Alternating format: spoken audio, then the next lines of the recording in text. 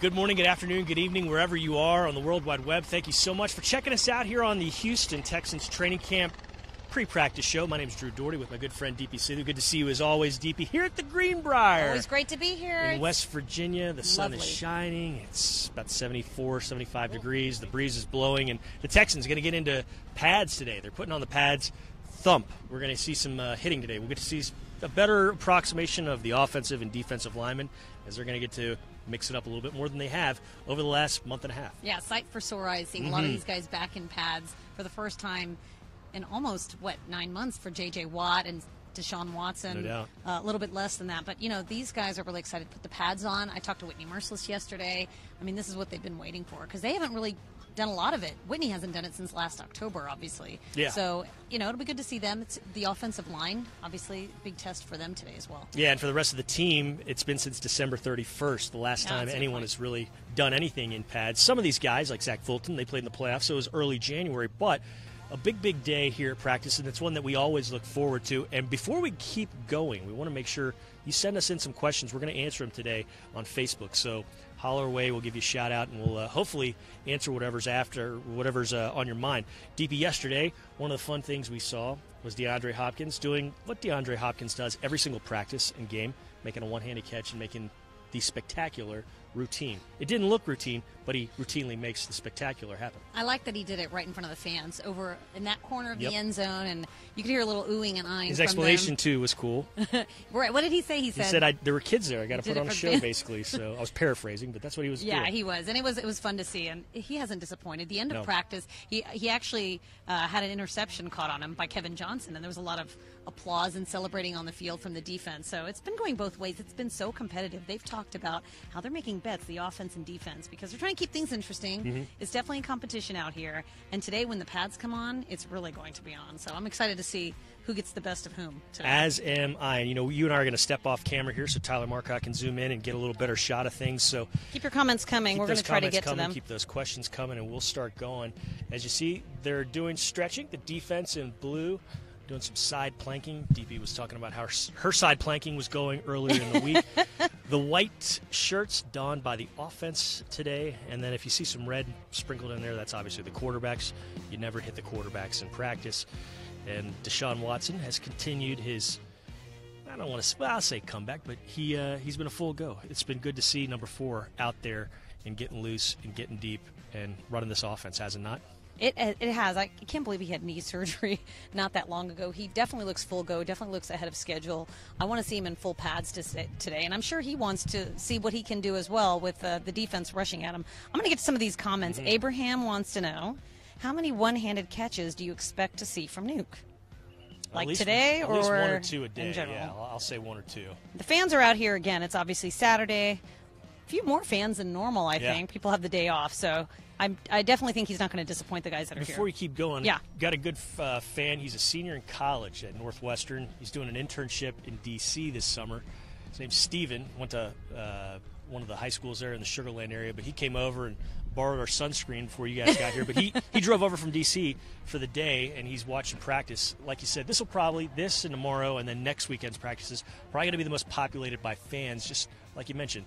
Nobody has to work. Nobody has to go to school on the weekend. That's right. Ryan wants to know, has Kiki continued to impress from his standout in minicamp? Ryan, the answer to that is definitely yes. Yeah. Yesterday he made some tremendous catches along the sideline, and we definitely oohed and awed when Kiki was out there. I did a radio interview with some of my buddies from Lubbock yesterday, and they were asking first and foremost about QT, and the guy continues to make an impact. And they were just kind of wondering, hey, is he going to do anything on special teams? Do you think he might make a roster spot on offense? And I was like, absolutely. I mean, this guy, he's going to be a part of the offense, I think. So it's been fun to see. I think he's definitely got a chance to to get that starting role on offense, but on special teams as well. I think special teams has been a lot of fun to watch because you've got him back there, you've got Will Fuller, you've got Tyler Irvin, you've got a number of guys, you've got Braxton Miller. Yep. It's so competitive. I think this wide receiver group is going to be a really interesting one to watch as they battle for those final few spots on the roster. No doubt. All right, Willis wants to know, who's emerging as the number 2 quarterback? Willis, it's Brandon Whedon.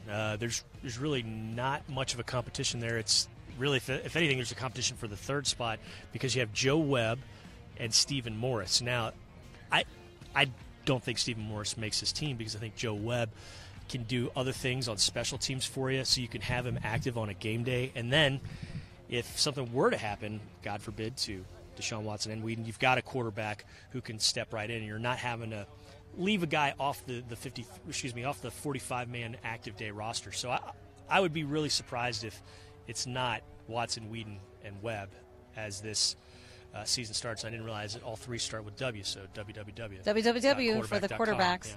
Yeah, Joe Webb is interesting because of what he does on special teams, but I think as far as the quarterback position, you're right. He is number 3 now, Brandon Weeden. He switched from 5 to 3, which throws us for a little bit of his jersey number, yeah. His jersey number, that's right. Not number 3 quarterback, number 3 on his jersey.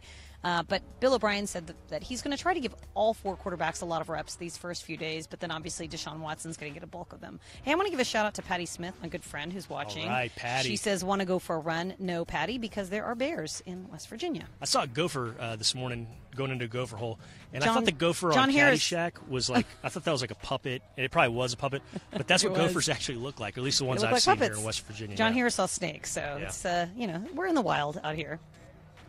We were playing football last night after dinner, some touch football, and a baby deer ran a post route out of nowhere about 6 yards away from us, and it was kind of frightening, but really cool too, seeing this deer gallop right by us.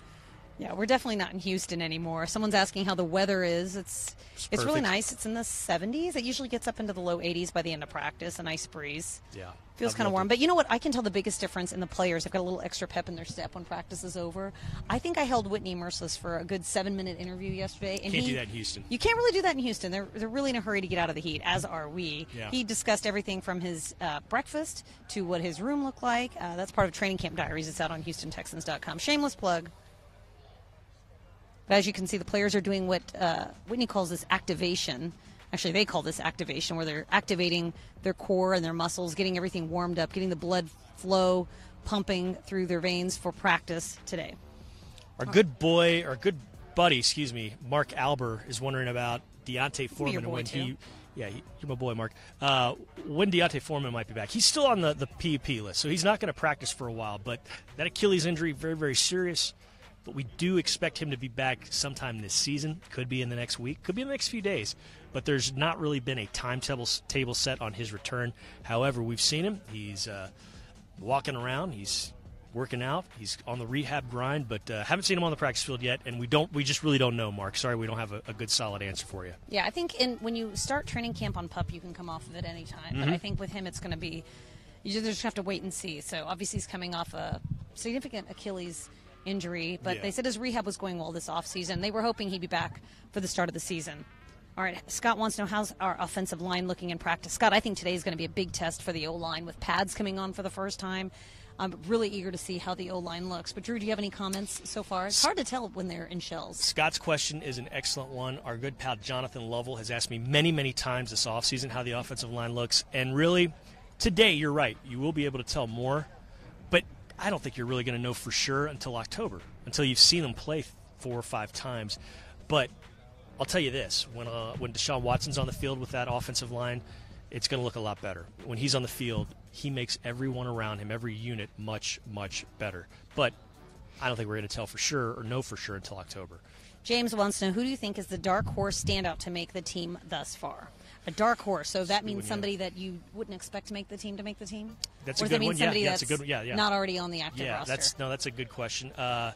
Sammy Coates is a name that I think people need to remember and keep in mind. I think that's a guy who's really done some nice things and is going to make an impact on this team. I think that's the first name that pops in my mind. What about you? Yeah, I was going to say him, Johnson Batamosi.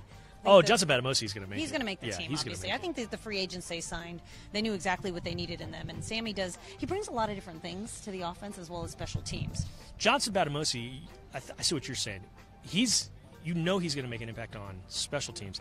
He's going to play a lot in the secondary, I think. That's probably a better dark horse as far as playing time. I think you're going to see more of him in the secondary than you probably thought you would have. Yeah, I agree. He's going to be a nice addition. Thanks for clarifying. Yeah. Marcus wants to know what triggered the jersey changes. Defense always seems to wear white in Texans camp. That is a good question. It's flipped around a few times under O'Brien. Under Gary Kubiak, it was always offense in white, defense in blue, and then it switched with O'Brien.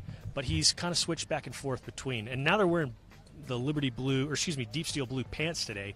Don't normally see those. So I don't know. I think it's a good question for Mike Parson. We'll have to ask him. He's the equipment manager, and he would have a good answer for us, I'm sure. Yeah, it's actually quite confusing for us sometimes. We got to come out and we got to readjust our eyes if defense has been wearing white for a while, and then all of a sudden they're wearing blue. But yeah, today you're right. Defense in blue, offense in white. Mm-hmm.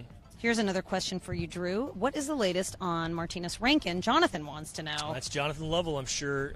Martinez Rankin's on the PUP, so he's not practicing yet, is he? No. Yeah. All right. How's Tyrann Mathieu also doing? That's from Scott. Tyrann Mathieu's been out here every single day. He's been out here the entire offseason. He spoke to the media yesterday, and he's been having a lot of fun. I mean, he's sort of assumed this role of a leader, but then yet he's also sort of following guys like JJ and Jonathan Joseph. So I'm sure it's different for these guys that sign as free agents that are veterans. They can't just take over the defense, but then everyone sort of looks up to them as well. But I think he's great for some of the younger guys. Justin Reed is someone that he said he's really impressed with so far in camp, and obviously Tyrann played with his older brother Eric Reed, but I think Tyrann Mathieu has been a lot of fun to watch so far. And the important thing about Tyrann Mathieu is this: it's the first offseason he's been through since he was early on in his career at LSU that he's not had to rehab some sort of injury. So he's been healthy this offseason, and it's shown. And that's a very, very important thing, because the last time he was healthy in an offseason at LSU, he turned in one of the greatest college football seasons of all time. So I'm not saying it's necessarily a total corollary there. That's definitely going to happen, but I think you're in a good spot when you have a healthy Tyrann Mathieu. Absolutely, and he was healthy all last season. Don't know if you mentioned that. Gray wants to know, how many training camps has Drew's pink shorts been to? Too many. They're salmon. And I think he likes to call them battle salmon. Not pink, gray. Which IE is pink. Which is ironic that a guy with a first name of a color is asking me about a color. He seems to be the authority on colors. Yesterday, Drew was wearing mint and green. That was a debut. Those were rookie mint and green shorts. Yeah. I hadn't seen those before. They're comfortable, and they all look right. good. How is Columbi doing, Drew? Peter He's Columbi. good. He's fighting for a roster spot. He's somebody that came out of high school and went to Stanford, and he's one of the top recruits in the nation. So Columbi looking to make this roster, and done some nice things early. But it's like you said, it's tough to tell when these guys that are in the front seven or on the offensive line can't wear pads and can't mix it up. Right. We'll know a little bit more today. I was excited that Duke Ejiofor is back. We haven't seen a lot of him in the offseason, so I'm curious to see how he does out there as well. All right. Is there a clear starter at the tight end position yet? Jordan wants to know. That's a great question. So far, it's been Ryan Griffin. Yeah, so far it's been Ryan Griffin. But not behind Ryan Griffin is a big soup of guys, yeah. Steven Anderson, who led the tight end group in receptions and yards last year. And then you have the rookies, Jordan Thomas, Jordan Akins. And Jordan Thomas is just an absolute landmass. I think he's going to be a matchup problem. He's going to cause problems in the red zone. Yeah, he's got that jersey flying around. I feel like he should be in an NFL Films, like 80s throwback video. He looks like it's a tiny O-lineman. Not tiny, but a smaller O-lineman. And Jordan Akins as well. What an athlete he is. Yeah. So you've got a lot of tight ends that are really vying for that extra roster spot. And Steven Anderson, he's been out there as well. He brings obviously a different skill set, but I think it's going to be very competitive at tight end behind Ryan Griffin. Agreed. I had a good one for you. How is Quisenberry doing? DQ. He has been out there and mixing it up as well. He's gotten in at times with the first team offensive line.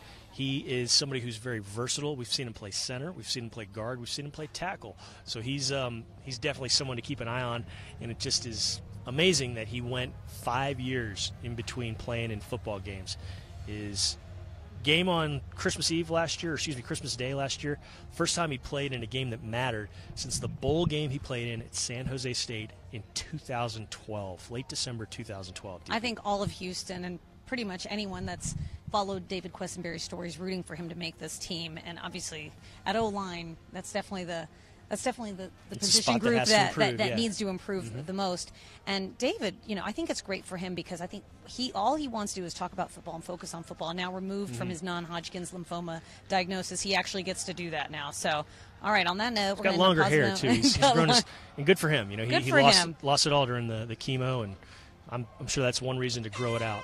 Well, you hear that horn, DP. It was so much fun answering questions. Lots of fun. Full pads. We love hearing your questions. We'll do some more tomorrow on a Sunday morning.